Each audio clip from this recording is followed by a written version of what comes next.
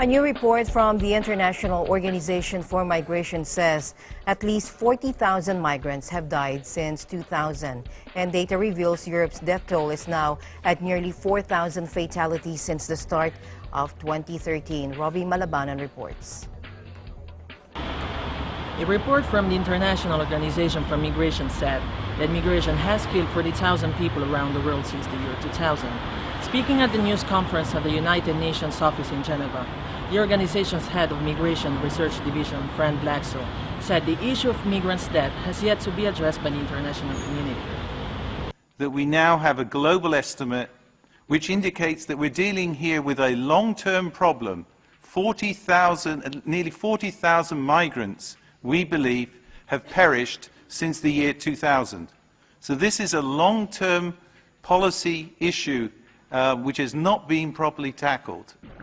Referring to the sinking by smugglers of a ship of Malta's coast that causes the death of 500 migrants in September, International Organization for Migration spokesman Leonard Doyle said the high fees charged by smugglers makes it a very lucrative business.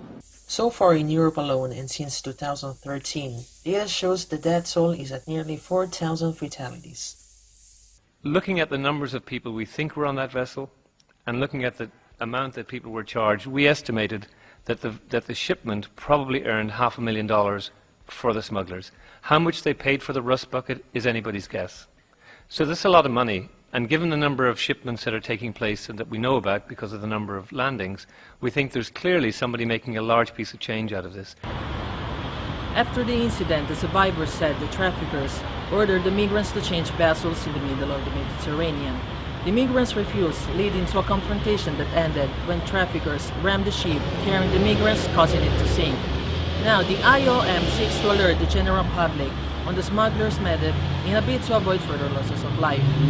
And I think that's really our point today, is to draw attention to the enormous inhumanity that's taking place, and that we need to galvanize international opinion around this and try and help amplify the voices of those who have lost loved ones so that others don't take this foolhardy mistake, foolhardy step, and walk into the hands of smugglers who have nothing but cynicism in their hearts.